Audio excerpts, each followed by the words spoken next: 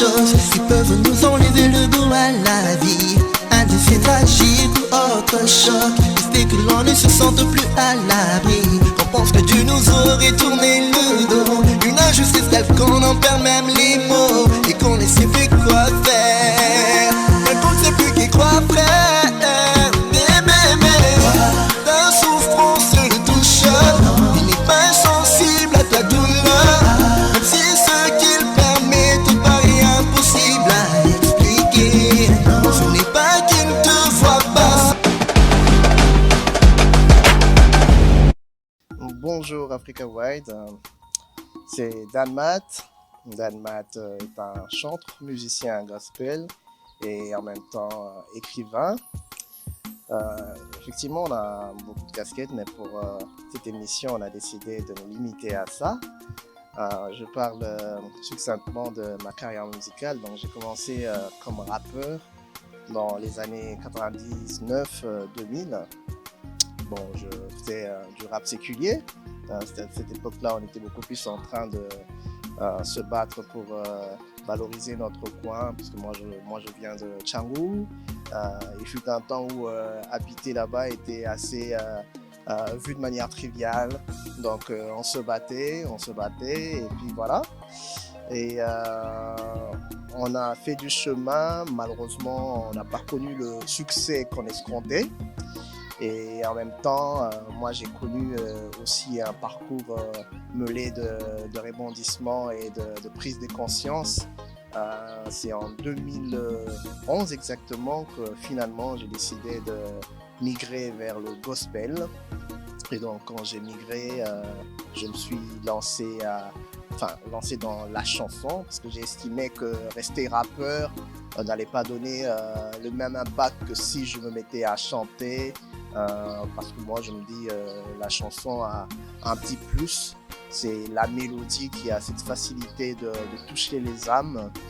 Et donc voilà, depuis j'ai fait du chemin là-dessus, mais je n'ai pas arrêté avec le rap, ce qui fait que de temps en temps on me voit en train de faire du rap engagé, mais du rap gospel aussi, et en même temps en train de chanter. Voilà. Vous êtes artiste, musicien et écrivain. Quelle est la différence qui existe entre la musique engagée et le gospel? La seule différence, c'est que ça ne glorifie pas vraiment Dieu. La musique engagée aborde des thèmes qui poussent les gens au changement. C'est bien beau, mais à un certain stade de la vie, je pense que tout ce qui nous appartient doit glorifier le Seigneur, comme il est dit dans la parole de Dieu, que tout ce qui respire glorifie le Seigneur. Et donc, moi, j'ai voulu que tout ce que je fais accorde d'abord la première position au Seigneur. Et donc, je dirais que la seule différence entre la musique engagée et la musique gospel, c'est que là, nous parlons essentiellement, dans la musique gospel, nous parlons essentiellement de Dieu, nous vantons ses mérites, nous disons ce qu'il est pour nous. Alors que dans la musique engagée, même quand c'est toujours dans un carré très positif, c'est plutôt autre chose que Dieu que nous mettons devant. Ma particularité, je suis bien content que vous me posiez cette question, c'est que moi, j'ai une touche assez particulière au niveau de la composition. Je compose directement en tête sans toucher de stylo. Ça, c'est ce que je fais avec beaucoup de facilité. Mais en même temps, ma particularité, c'est que je sais faire les deux à la fois, c'est-à-dire chanter et rapper. Après, je sais le faire en plusieurs langues, donc je sais le faire en lingala, en français, en anglais, voilà. Et donc, après, ma particularité, c'est que, comme je l'ai dit dans l'introduction, je ne suis pas simplement qu'un artiste, chanteur ou rappeur, je suis aussi écrivain. Et s'il faut ajouter à cela autre chose, je dirais que je suis en même temps aussi formateur, professeur pour certains, juriste. Voilà, c'est ça ma particularité. C'est vrai que le monde artistique est très exigeant, par moments il est exclusif, mais moi j'ai la grâce d'être sur plusieurs fronts et de quand même m'en sortir comme il se doit. Yes, solo, je t'en prie, mon frère, ta guérison.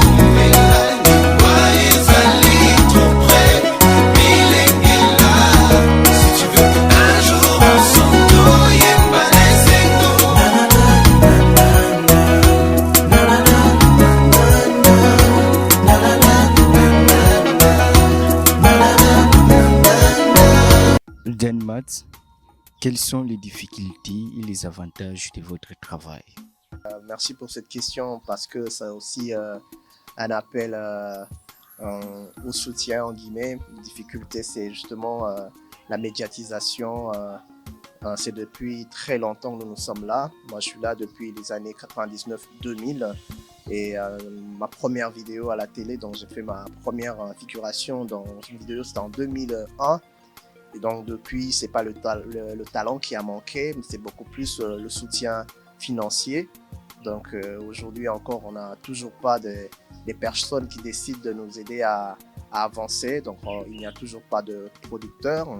Et bien souvent, ça a vraiment plombé ma progression parce que j'étais obligé de tout faire par moi-même. Dès que j'ai trouvé du travail en 2011, j'étais en train de tout mettre dans la musique.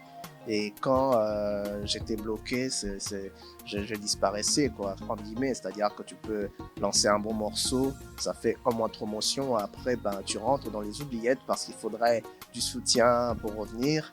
Et donc là, ça ne nous a pas aidé. Je me souviens, quelqu'un m'a dit, c'est un ami à moi qui m'a dit avant-hier, arrête de nous faire des morceaux à chaque décennie, donc essaye d'être constant et là, ça va t'amener loin. Mais je me dis que je ne le fais pas volontairement. C'est pas pour le plaisir de disparaître, mais c'est que derrière, il n'y a pas vraiment de soutien. On fait tout à l'autoprod et c'est pas facile. Bon, je dirais que d'abord, le parcours m'a guéri. Le parcours de guerrier sans soutien m'a fait comprendre qu'il faut dans la vie avoir toujours un plan B. Il faut pas compter sur les gens, mais il faut. J'aime bien, il y a un ami à moi, Monsieur Patrick Bokete, big dédicace à lui. Il me dit toujours restons concentrés. Moi, ça m'a aidé à être concentré sur moi. Je dirais que l'avantage que j'ai, c'est de transmettre cet état d'esprit aux gens.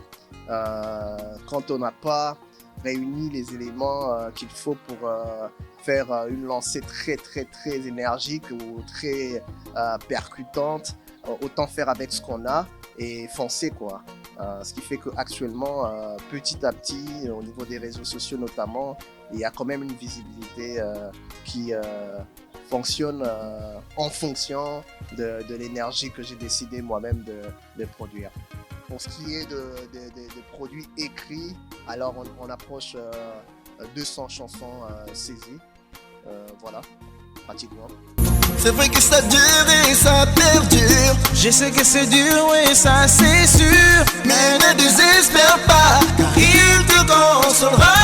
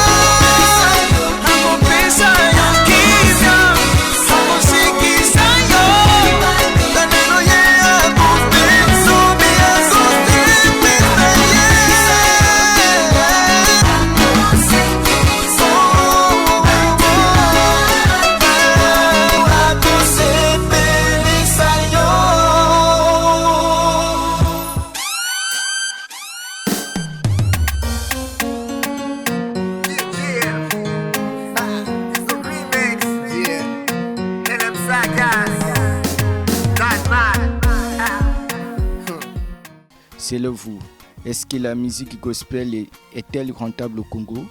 Oui et non. La musique est très rentable ailleurs. Dans des environnements où on a maîtrisé le circuit. Aujourd'hui, par exemple, contrairement à notre époque aux années 90, c'est très facile de se faire un millionnaire en une journée juste en boostant un élément sur les réseaux et puis en bénéficiant de plusieurs téléchargements. Sauf qu'au Congo, on n'a pas vraiment maîtrisé ce circuit.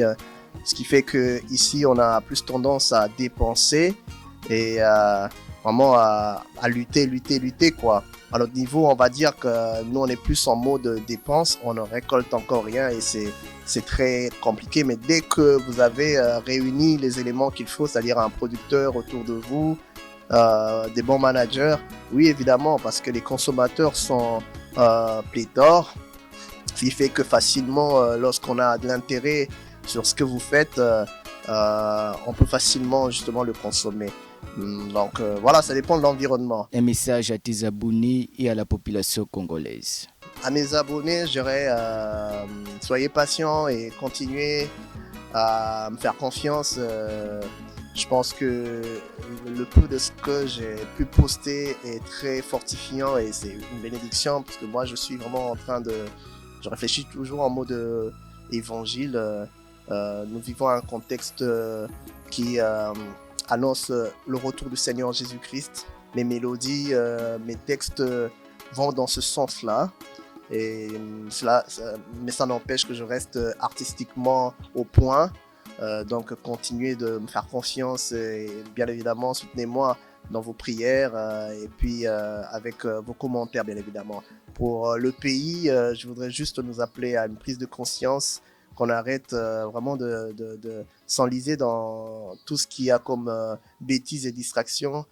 Monsieur Bouquet, la question que vous m'avez posée, si la musique est rentable aujourd'hui, je vais essayer un tout petit peu de répondre de la même manière avec le réseau. Le réseau est très rentable. Beaucoup de personnes utilisent Internet pour faire de l'argent, alors que pour nous autres Quinois, on voit que c'est plus un outil de distraction. Les jeunes gens, surtout les femmes, vont s'exhiber dans plusieurs réseaux sociaux, etc. Alors qu'on devrait s'en servir pour faire de l'argent ou véhiculer un message positif. Donc nous devons rester concentrés, nous devons être de modèles pour cette jeunesse, j'y arrive, qui malheureusement est en perte de repères. Nous devons être en train de viser les valeurs et je pense que Dieu doit être au centre de tout si nous voulons progresser comme il se doit.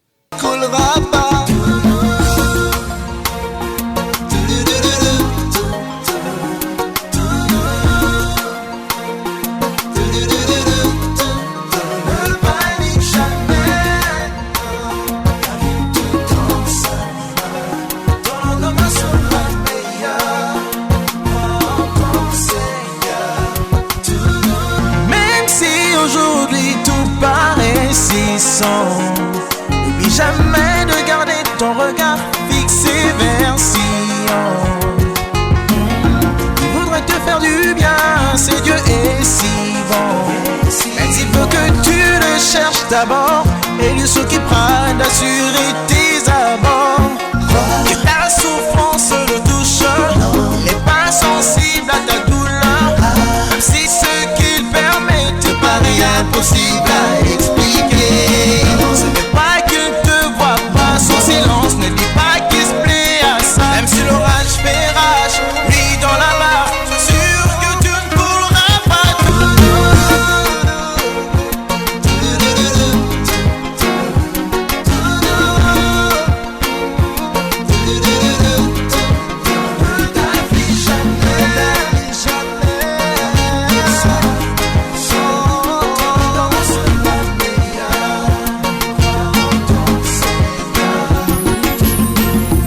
C'est vrai que ça dure et ça perdure. Je sais que c'est dur, oui, ça c'est sûr. Mais ne désespère pas, car il te consolera.